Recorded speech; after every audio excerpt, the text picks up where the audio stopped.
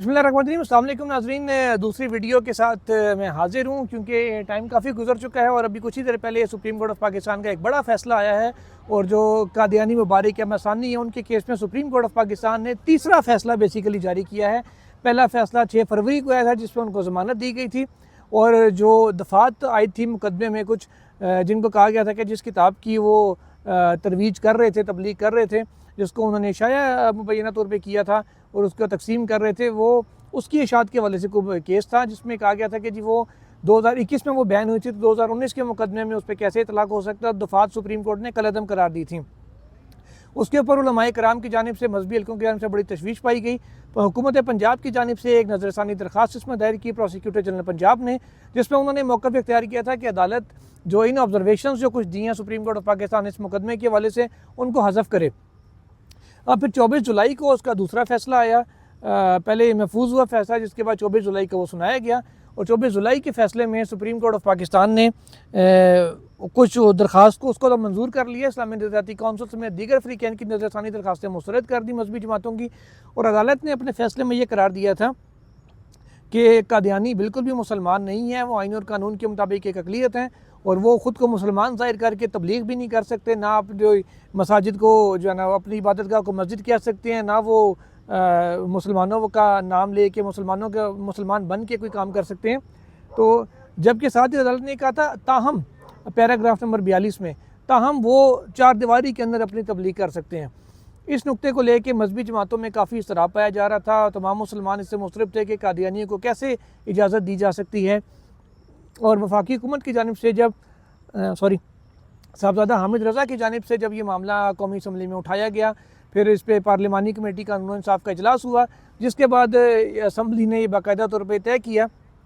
कि मामला supreme court में टेकअप किया जाएगा। वफाकी हुकूमत ने सुप्रीम कोर्ट में करेक्शन ऑफ ऑर्डर की दरख्वास्त दी कि इस हुक्मनामे में जो गलतियाँ उनको दूर किया जाए। नॉर्मली करेक्शन ऑफ ऑर्डर इसलिए होता है कि अगर किसी केस का नंबर गलत लिखा गया या किसी शख्स का नाम गलत लिखा गया जिससे उसका कोई राइट्स इफेक्ट हो रहे हों तो उसकी करेक्शन करवाई जाती है। लेकिन यहाँ पे वफाकी हुकूमत ने कहा कि जी अदालत जो कुछ पैराग्राफ्स हैं, ऑब्जर्वेशंस हैं, उनके ऊपर जो जय्यद उलमा है उनसे राय ले और वफाकी हुकूमत ने मौलाना फजल रहमान का नाम दिया। उसमें उन्होंने साहबजादा अबुल खैर ज़ुबैर का नाम दिया जो भेरा शरीफ दरगाह है सरगोदा में पीर अमीनुल असनाद जिनके जानिब से कौमी असम्बली के रुकन भी रहे हैं, उनके जो दरसगाह दीनी दरसगाह के जो सरबराह हैं, नाम उनका सॉरी मेरे माइंड से आउट हो गया, उनको बुलाया गया था, वो भी पेश हुए और कई उलमाए कराम थे जिसमें KPK के चीफ जो ख़तीब हैं तैयब कुरैशी साहब वो भी पेश हुए, डॉक्टर अताउर रहमान पेश हुए और मौलाना अनवारुल हक पे की जानिब से उनकी नुमाइंदगी की गई, मुफ्ती मुनीबुर रहमान की नुमाइंदगी की गई और तमाम जो जवाद नकवी साहब हैं लाहौर से वो पेश हुए। मुफ्ती तकी उस्मानी तुर्किया से उन्होंने ज्वाइन किया और उन्होंने भी अपना मौक़िफ़ दिया। मुफ्ती तकी उस्मानी साहब ने चीफ जस्टिस काजी फ़ाइज़ी साहब को, जैसे मैंने पहले वीडियो में बताया था, कहा कि आपने तयशुदा असूल है उनके ऊपर गैर ज़रूरी वक्त ज़ाया किया है। अब फिर हुआ ये कि दलाइल तमाम मुकम्मल हुए और दलाइल मुकम्मल होने के बाद अदालत ने ब्रेक ली। पहली ब्रेक तक मैंने वीडियो आपको सारी डिटेल दे दी थी। दूसरी ब्रेक में चीफ जस्टिस ऑफ पाकिस्तान ने कहा कि जी हम आधे घंटे में आते हैं। 4 बजे वक्फ़ा हुआ और 6:21 पर अदालत वापस आई और इससे पहले बड़ी इंपॉर्टेंट डेवलपमेंट हुई। हमें दाएँ बाएँ से ज़राए से पता चला कि जी कुछ उलमाए कराम को चैम्बर में बुलाया गया, चीफ जस्टिस ऑफ पाकिस्तान के चैम्बर में, और चैम्बर के हवाले से फिर लोगों ने ये भी बताया कि जी सुनने में जो बाज़गश सुनाई दी थी सुप्रीम कोर्ट की राहदारियों में कि बाकी जो 2 जजेज़ हैं, बेंच के मेंबरान हैं, मोहतरम जस्टिस अमीनुद्दीन ख़ान और मोहतरम नईम अख्तर अफ़गान साहब, कि वो भी वहाँ मौजूद हैं, तीनों जजेज़ वहाँ मौजूद हैं। मौलाना फजल रहमान साहब चैम्बर से होकर जब आए कोर्ट रूम में, उनसे यह सवाल किया गया कि क्या वहाँ थे, तो उन्होंने कहा हाँ जी बिल्कुल हम चैम्बर में थे। उन्होंने तस्दीक कर दी। फिर उनसे हमने पूछा कि फ़ैसला क्या हुआ, तो उन्होंने कहा कि थोड़ी देर में अभी अनाउंस हो जाएगा तो आप सुन लीजिएगा कि क्या फ़ैसला हुआ है, लेकिन अच्छा फ़ैसला हुआ है। फिर साहबजादा अबुल खैर ज़ुबैर से बात हुई मेरी कोर्ट रूम के अंदर, उन्होंने तस्दीक की, उन्होंने कहा जी बिल्कुल वो चैम्बर से ही आ रहे हैं और वहाँ पे उनकी मुलाकात चीफ जस्टिस और जजेस से हुई है। साहबजादा हामिद रज़ा ने उनसे जाके पूछा, सुन्नी इत्तेहाद कौंसिल के सरबराह ने, कि साहबजादा साहब क्या बात हुई है। उन्होंने फिर उनको बताया और साहबजादा हामिद रज़ा के तुफ़ैल हमें ये पता चला जो ज़ुबैर साहब ने उन्हें बताया था कि जी दोनों फ़ैसले 6 फरवरी और 24 जुलाई के कलअदम हो रहे हैं और जो ज़मानत की हद तक फ़ैसला है वो बरकरार रहेगा। इसके बाद जो भेरा शरीफ की दरगाह से जिनका ताल्लुक़ था अल्लामा साहब का, वो आए बाहर, उनसे मतीउल्लाह जान साहब ने ऑन कैमरा भी पूछा, तो उन्होंने दबे दबे अल्फाज में बात की, ना तस्दीक की चैम्बर जाने की, ना तरदीद की। अलबत्ता उन्होंने गलत नहीं कहा कि मैं चैम्बर ने ये नहीं कहा कि मैं नहीं गया था, अलबत्ता उन्होंने ये भी नहीं बताया कि वो गए थे। तो चैम्बर में एक ये मुलाकात हुई जिसको मतलब जो एक अजीब सी मेरी नज़र में चीज़ है कि जब आप ओपन कोर्ट में केस सुन रहे हैं और किसी ने ये इस्तदा नहीं की, आप ओपन कोर्ट में कहते कि जी फ़लाँ कुछ सेंसिटिव बात है, वो हमें चैम्बर में आके बता दें। वैसे तो चीफ जस्टिस की ये पॉलिसी नहीं है, काजी साहब की शुरू से पॉलिसी रही है, वो कहते थे कि वो असास डॉक्यूमेंट्स भी हैं तो सील करके अदालत को दे दे, लेकिन चीज़ें ओपन कोर्ट में लेके आएँ, वो शफाफियत का हमेशा कहते रहे हैं। लेकिन आज ये मुलाकात चैम्बर के अंदर हुई जिसकी तस्दीक उलमा ने बाहर आके कर दी और वहीं पर ये फ़ैसला किया गया। अब नाज़रीन इसमें जो एक दो पॉइंट्स हैं वो ये हैं, फ़ैसला तो ये हुआ कि जो दफ़ात हैं जो ज़मानत की हद तक मामला बरकरार रहेगा। जो अदालत ने कहा जो मुतनाज़ पैराग्राफ्स हैं उनको हज़फ कर दिया गया है 24 जुलाई के फ़ैसले से भी और 6 फरवरी के फ़ैसले से भी। अब जब मौलाना फजल रहमान दलाइल दे रहे थे उस वक्त चीफ जस्टिस ऑफ पाकिस्तान ने उन्हें कहा था कि जी 6 फरवरी के फ़ैसले का हवाला ना दें क्योंकि वो ख़त्म हो चुका है, उसके बाद 24 जुलाई का फ़ैसला आ गया है, तो 6 फरवरी की अब कोई हैसियत नहीं रही।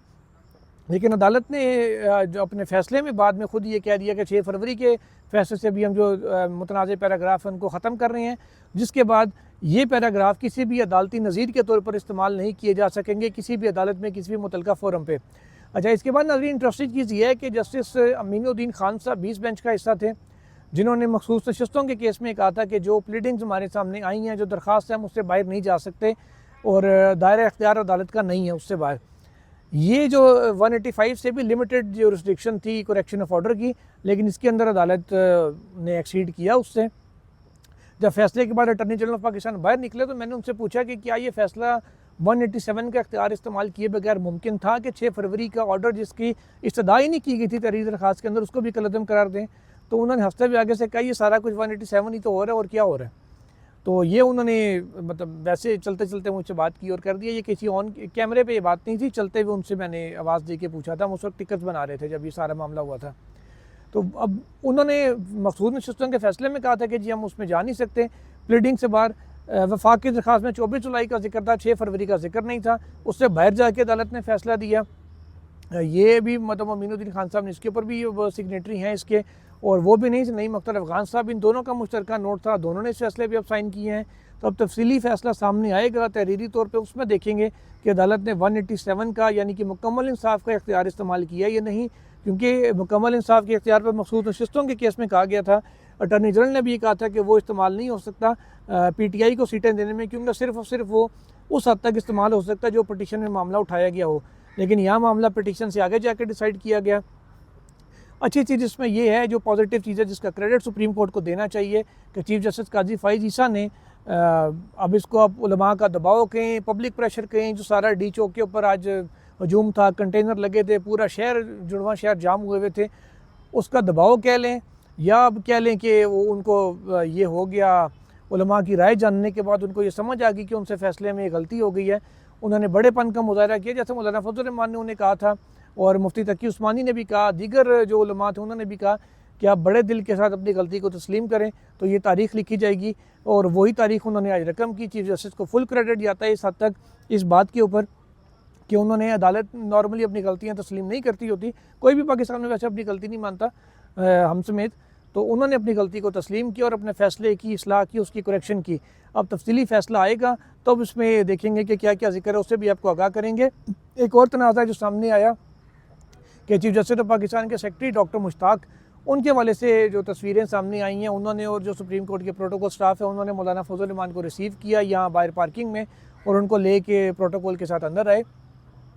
अच्छा, इसमें एक ट्वीट एक साहब ने किया था, मैं टैग करके, किसी ने पूछा होता कि जी दरख्वास्त गुजारान थे, तो मैंने उसमें कहा दरख्वास्त गुजार नहीं थे मौलाना फजल रहमान, अलबत्ता जिन सबको, ये वो उलमा जिनके नाम वफाकी हुकूमत ने अपने दरख्वास्त के अंदर दिए थे कि इनसे राय ली जाए, उन सब को सुप्रीम कोर्ट ने बुलाया था रिक्वेस्ट करके कि आप आएँ और अपनी राय दें, इसलिए वो सारे एक तरह से सुप्रीम कोर्ट के बुलाए गए मेहमान थे। तो उन तमाम उलमा के नाम यहाँ बाहर लिखवाए गए थे और सुप्रीम कोर्ट का जो प्रोटोकॉल अमला था उसने आके तमाम लोगों को रिसीव किया और अंदर तक वो लेके जाते रहे, ताकि क्योंकि चेकिंग बहुत ज़्यादा थी, हम लोगों की भी 3-3 दफ़ा तलाशी होती थी अंदर जाने से पहले, तो इस वजह से ताकि शनाख्त दुरुस्त रहे और अमला जब साथ होगा तो पता होगा कि इनको अदालत की जानिब से बुलाया गया है, ताकि उन्हें कोई तंग ना करे, उन्हें कोई रोके ना।